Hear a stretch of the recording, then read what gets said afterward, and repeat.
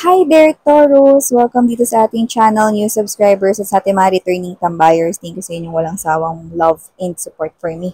At yun nga, kung hindi nyo pa knows, may pa po tayong other channel. Link is down below sa ating description box. So if interesado, i-click lamang yung link na yan para ma-redirect na rin kayo dun sa ating other channel kung saan nag-upload tayo ng collective readings every day. So yun nga mga babes na wala tayong gender dito. So babae, lalaki, LGBT, lahat po welcome. Pwede rin pong switch yung mga roles dahil possible talaga magka-swap-swap kasi general reading ito and at the end of the day, lahat ay may free will na free nyong gamitin anytime, anywhere kung gusto nyo i-claim yung mga mensahe at gawing guidance or hindi. So, let us see what do we have here for you, Taurus. Cross-watchers ni Taurus at may Taurus placement sa kanilang natal/birth chart.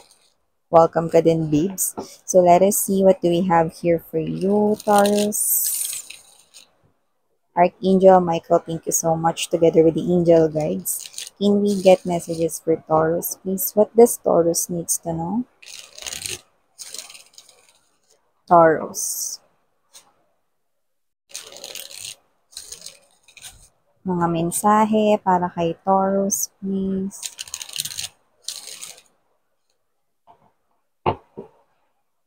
Okay, so yeah, let's see what do we have here for you, Taurus. You do have here the energy of justice. Nandito din para sa'yo, Temperance energy, 2 major arcanas, 8 of Wands, King of Swords, 3 of Wands, 10 of Swords.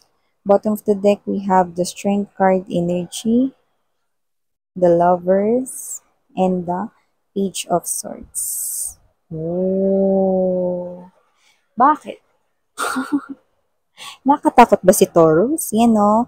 Bakit, miss yan? Ano bang meron dyan? Well, Taurus, meron dito, no, na gusto ka niya, no, at posibleng ikaw ay napapakinggan niya, napapanood niya rito. Pwedeng tagahanga mo to. Baka meron kang social media, okay, Taurus, at posibleng ikaw ay kanya ritong nasusubaybayan, no? Pwede rin ikaw ay may YouTube channel, pwede rin ikaw ay may social media, no? Like, pwede rin may TikTok ka, no? Baka ikaw ay ginagamit mo yung business mo, gamit yung social media, no? Or, pang personal lang. Yan, no? So, isa siya sa mga naka-follow sa'yo. Isa siya sa mga parang humahanga sa'yo. Iba naman, doesn't have to be na nagtitinda kayo sa social media or meron kayong ginagawa sa social media. Pwede rin nagpo-post ka lang, no? Or nag-upload ka lang ng mga reels, no? Mga videos, ayan, stories, no? So, isa siya sa mga tumitingin doon. Okay? So, nakita ko madalang siya ritong mag-react. So, in short, no, with the Strength card energy, hindi siya yung nagha-heart, hindi siya yung nagre-react, hindi siya yung nagko-comment, no?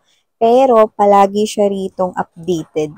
Pag may bago ka ritong upload, may bago ka ritong post, may bago ka ritong status, yan, no? Kahit ano, updated siya doon, alam niya yun, no? So, this person here is someone, no, na tingin ko, nai-intimidate siya sa'yo. Okay? You appear to be as someone intimidating, no, dito sa taong ito. But with the lovers, this person here, no, the moment na una kanyang nakita, no, na-attract na agad siya sa'yo. No? In other words, pwedeng nagandahan siya sa'yo, nagwapuhan siya sa'yo, no, like ka niya, no, hanggang ngayon, like ka pa rin niya. So, itong tao na to, with the page of, alam mo kasi yung page of swords energy, yan talaga yung gustong dumaldal. Yan talaga yung gustong magsalita. Yan talaga yung gustong maraming sabihin, no? So, yung energy na yan, no, is gusto niya ritong makipag-communicate sa'yo, pero wait lang, teka lang. Yan, no? Kasi nga, this person here finds you intimidating. Hindi niya alam, no? Alam mo, kinakabahan siya, no? Yung parang, baka nga pag nakita mo siya, unang tingin mo sa kanya, no, kinakabahan na siya agad dun.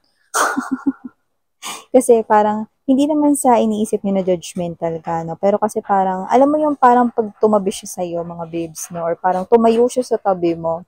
Okay, parang sa sobrang taas ng tingin niya sa'yo na magmumukha daw siyang katulong. Yan, no? May ganong klase ng energy. Oo, parang ganon.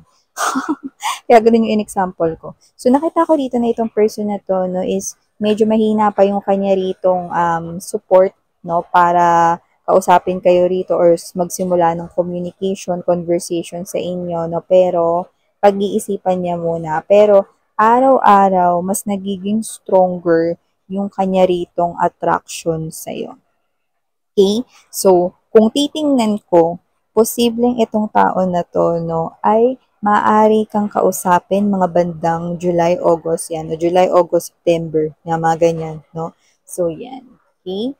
So, maliban dyan, nakakita rin tayo ng energy dito. Speaking of communication, Taurus, meron akong nakikita rito, no, na merong paparating pa lang.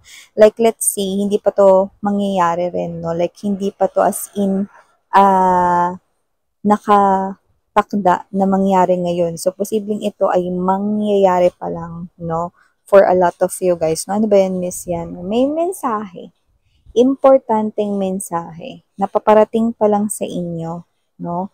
Kung saan itong mensahe na to mga babes, no, ay ang mensaheng hinihintay mo or hindi mo alam na hinihintay mo pala. Yan, no? Ano yun? Example ganito. Okay? Pwedeng meron kang taong gusto. Ano? So, posibleng itong tao na to, no, is nag-confess ka sa kanya ng emotions and feelings pero hindi ka pa niya binalikan or hindi ka pa niya binigyan ng sagot patungkol doon, no? Basta isang klase ng importanteng impormasyon na parang hindi mo in-expect. So, kung ano man yung klase ng information na parating, ibig lamang sabihin nun, it will make you feel excited and happy.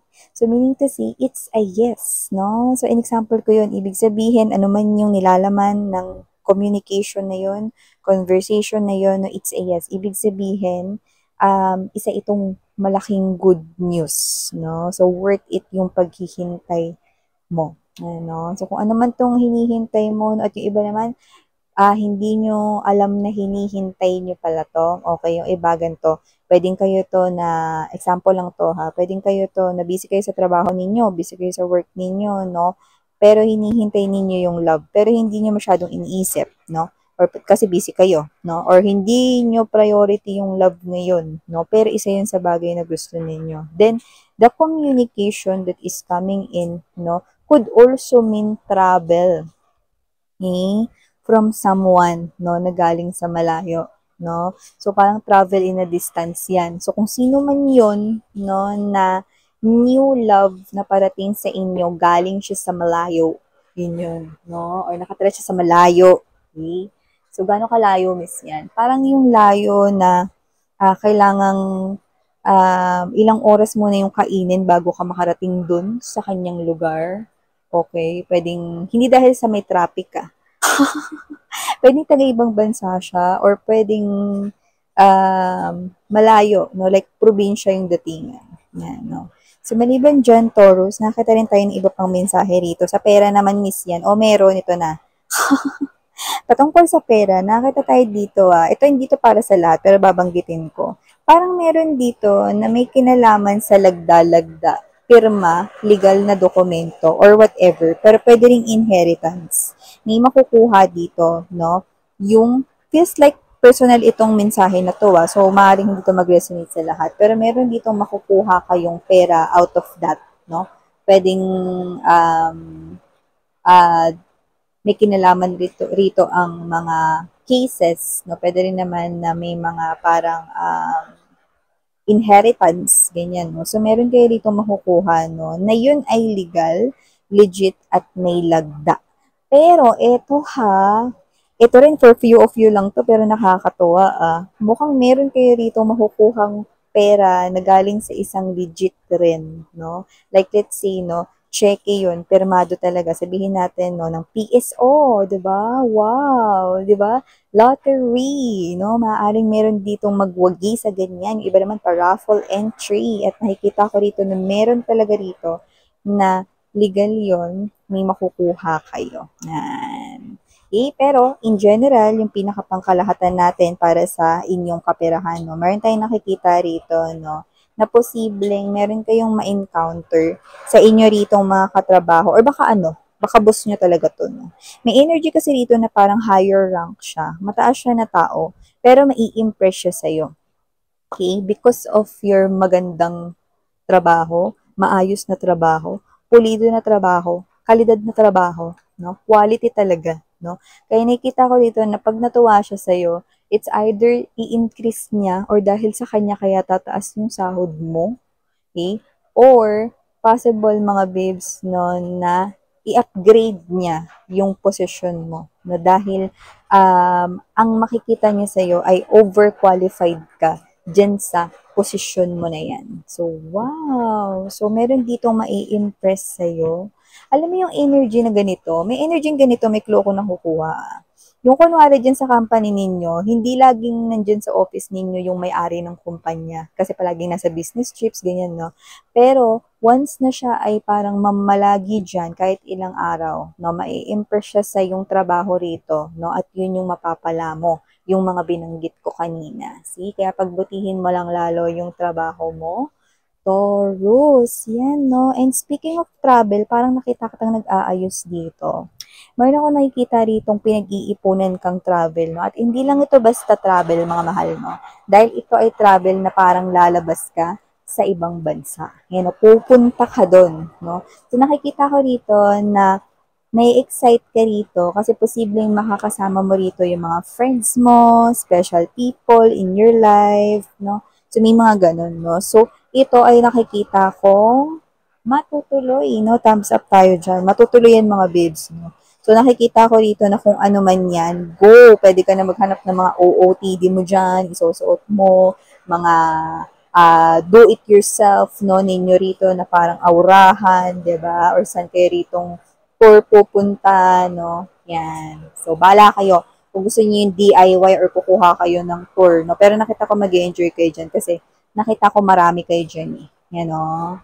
So, ito yung mga messages right here for you, Taurus. Thank you so much. Again, I'm Yuriana on Me for the girls and Yana Nuna for the boys. Thank you, Sarang Hey, all of in light.